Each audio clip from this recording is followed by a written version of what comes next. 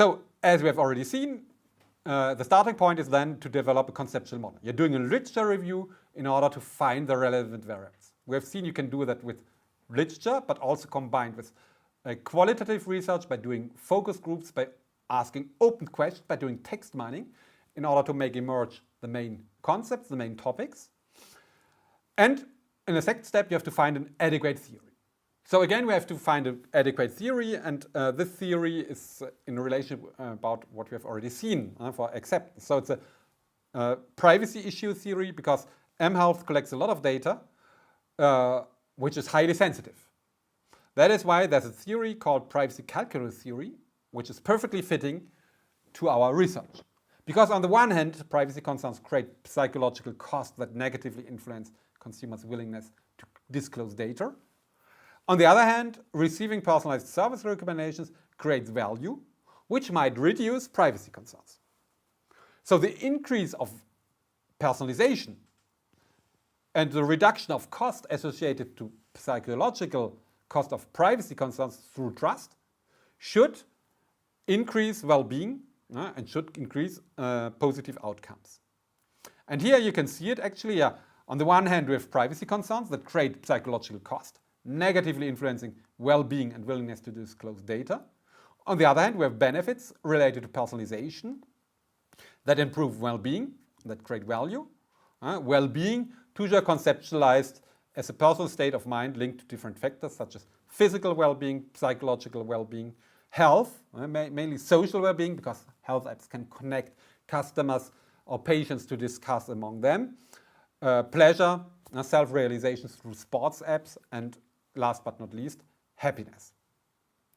And we have another theory, which is the theory of user gratification related to well-being, which we've already seen also in the first part of the seminar, this theory comes from the usage of media, TV, internet, but it can be perfectly adapted to the mHealth sector because when using media, users try to satisfy different needs and objectives, which are heterogeneous.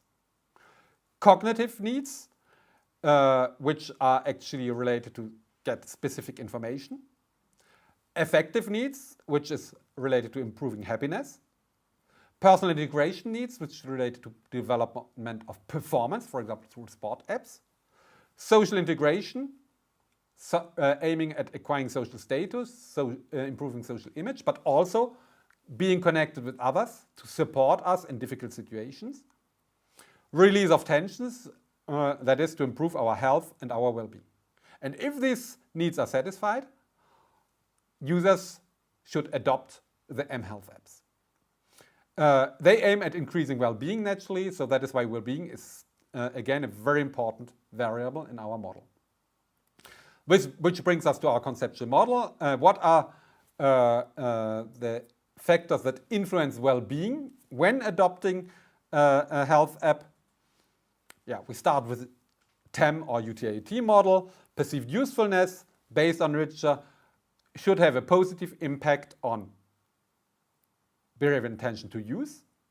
And before, in line what we have already seen, perceived ease of use should have a positive impact on usefulness. In other words, the more the app is easy to use, the more it should create utilitarian benefits.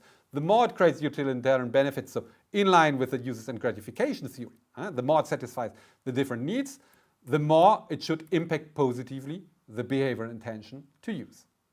So here's our conceptual model before and after use, because here we do a longitudinal study, which we will see in the methodology. So ease of use, usefulness should positively impact intention to use before use and naturally also after use, which you can see here. And we have moderating variables. Privacy concerns should decrease the impact of intention to use.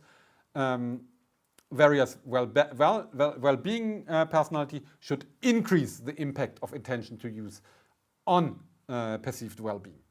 So we clearly see here our conceptual model with the different hypotheses which are justified by the literature. And after having established our conceptual model before use and after use, we now show the methodology we used to do our investigation. So the methodology used actually was a survey we did before and after use. So we used the convenience sample with students. They had to give the opinion, the perceptions before using the sleeping app and after using it 1 week. Why a sleeping app? Because it was easily downloadable on the typical app stores or on Google Store. So we asked the students to download the sleeping app, to use it for a week. Before using, we asked them some question with established measurement scales. And we asked them the same question after usage. And we had actually a sample, a convenience sample of 180 students. You see the mean age is quite low because actually it's related to students. We used, as we have already seen, existing scales with satisfactory psychometric indicators, namely alpha Cronbach higher than 0.7, so indicating high reliability.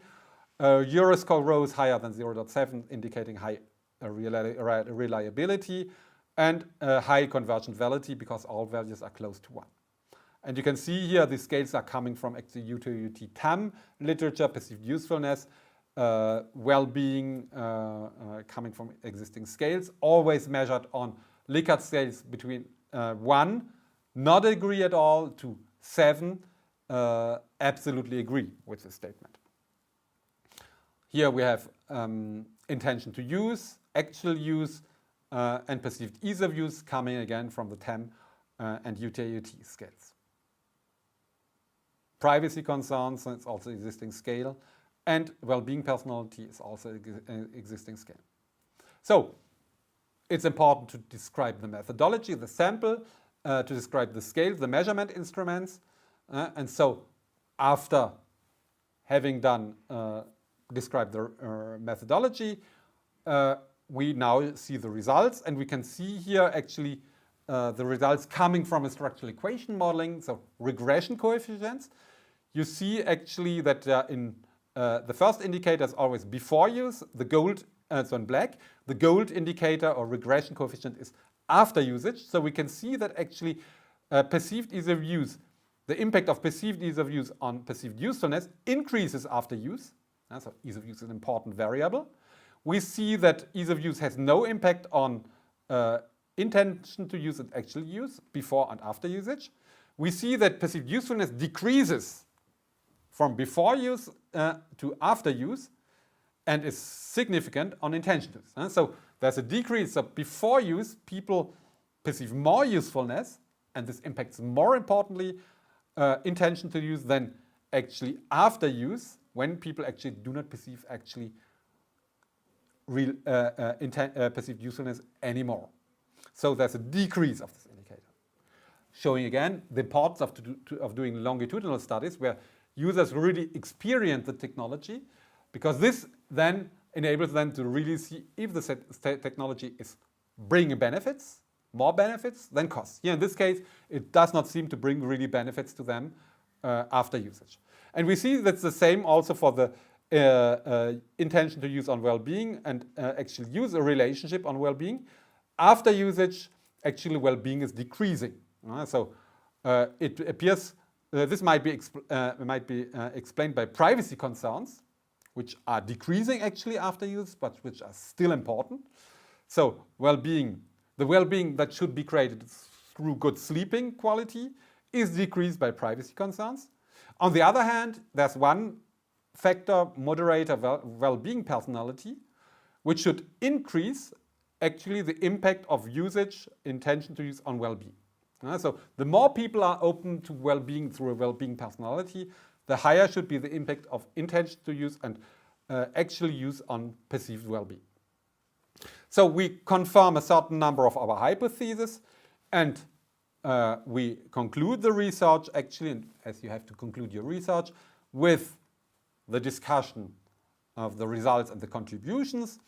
So we confirm that the use and gratification theory can be applied to health apps, mobile health apps, because actually health apps satisfy cognitive needs to get more information, to improve the health. They satisfy personalization integration needs to develop the ability to use health apps through higher perceived usefulness, PU. They satisfy tension and release needs in order to release health-related tensions, fears of being ill, because through the mHealth app, people are monitored and can diagnosticate very quickly the disease they have, and effective needs through higher health quality, well-being, and happiness. So the usage and gratification theory is perfectly applicable to health apps, and health apps can be conceptualized through the different four needs of the usage and gratification theory. We show again the importance of well-being through the satisfaction of emotional affective needs and release of tension needs. So hedonic value, health, quality of life are very relevant variable, but after usage there's a decrease in well-being because the benefits do not appear high and do not really satisfy customers through the increased self-knowledge, the increased self-management. And the affective needs also in terms of happiness seem to be insufficient. So if you again consider a balance between perceived benefits and cost, the perceived cost of privacy seem to outperform the few benefits which are given by the mHealth apps. We emphasize the importance of well-being personality as a segmentation variable because the more people are open to well-being personalities, the more actually there should be impact on actual usage. And we emphasize the importance of privacy calculus theory and privacy concerns that reduce actually the impact on mHealth apps on well-being before, and it even decreases after use. So this is consistent with the paradox of privacy personalization or the privacy calculus theory which we have described, because even when users perceive privacy concerns, these concerns diminish. And if the benefits of the personalization outweigh the cost of privacy loss, people do not perceive value. Therefore, users are likely to provide information only if the benefits of personalization are greater than the risks of data disclosure, which does not appear to be the case in our research. And to finish the managerial contributions, we show the importance of the concept well-being. So it's a very important concept next to satisfaction, an effective concept impacting usage. Privacy concerns remain the primary reasons for reluctance to share data and to adopt smart health, mHealth apps. So we need data policies to increase trust. And it's important to identify customers open to mHealth apps through high well-being personality. It's a scale that we can use to measure this personality. So this would be a good segmentation criterion that would fit to better target mHealth apps. And as no research is free of limits, and giving us opportunities to develop further research directions, so we only use a sleep application, so there are other mHealth applications, so might be interesting. We don't really real usage data, real behavior data for health improvement. Our test period is quite short, only 1 week, and our sample is not representative because it's a student sample. So future research avenues would be to replicate the study with other types of health apps, for example, pure mHealth apps for obesity, diabetes, heart diseases, in order to really see if well-being increases through these apps. Another avenue of research direction would be a collaboration with real app providers to obtain real usage. Again, to cope with the difficulties between declarative scales and real behavior, because we know that what people say is not necessarily what they do. A longer duration test, so several weeks or even months or perhaps years, would be interesting to see if these indicators fluctuate, decrease, improve, if well-being actually increase over the time or decreases over the time through the data collection or through actually lack of ease of use or other variables. And last but not least, we need more representative samples of the population, because actually we only work with a student sample, even if students are the future target groups for all these technologies. So it's not a big deal in our publication, but it would be good to test our model with other more representative samples in France or other countries in Europe or other continents. So these are our limits and research directions. And I would like to conclude, do an overall conclusion. So first of all, it was important today to understand that what are the hot topics in marketing research related to technologies, related to consumer well-being, related to your AI, IoT, big data, personalization, so the bright sides of these technologies, but above all also the dark sides, giving a lot of research opportunities which are conceptualized in the hot topics of research, of marketing. That is why I would recommend you to look always to the hot topics in marketing in order to see if you find an adequation between your research topic and the topics, hot topics in marketing. The second intended learning outcome today was to show you what are these disruptive technologies, how are they used, IoT, AI, smart city, smart home, autonomous vehicles, and what are actually the cognitive, affective and social acceptance factors that might influence the adoption of these technologies. Here we saw different theories, so mainly we saw the UT-AUT and TAM technology acceptance theories, which are very appropriate to conceptualize technology acceptance, but only from the utilitarian point of view. That is the rational point of view. So it's important to enhance, like a Lego system, these theories by using other theories. For example, we use the transformative marketing, consumer research theories about user gratification. We use the regulatory focus theory, which conceptualizes that users actually take decisions based on utilitarian, but also on effective well-being-based objectives. We introduced perceived service quality theories, which might explain why service robots, chatbots, autonomous vehicles might create value, how they create value, and how this impacts purchase behaviors and adoption of technologies. And we saw above all perceived risk theories. Perceived risk about technology risk, that technology harms the health, psychologically, but also physically. We saw that trust is an important variable by integrating trust theories. We saw technology risk theories, perceived privacy concern theories, so privacy issues which emerge through the data collection. And we saw ethical issues, ethical risks, which emerge actually through AI, because they replace more and more our human beings, and therefore it's important also to integrate ethical issues or ethical risks. So in summary, it's like a Lego system. We have the UT-AUT as a basic, well-founded theory, which is enhanced with other well-founded theories, taking into account other aspects of technology acceptance, as we have seen. And last but not least, well-being is a very important variable which should be considered by marketing managers, next to satisfaction, next to loyalty, next to trust. So it's important to conceptualize well-being in research, because it's also a hot topic in research for marketing research, and so in a hot topics agenda. And and last message is also you can work on the left side of the model, antecedents of adoption. But it's also interesting to work on the consequences, not only measure to stop yourself at the intention to use of the adoption, but also what happens after the adoption. And namely, this is what we saw in the last study, the impact of technology acceptance on well-being. So in summary, you have all the articles for the different technologies. I invite you, if you're interested, to read them in detail, to dig deeper into the details of these studies.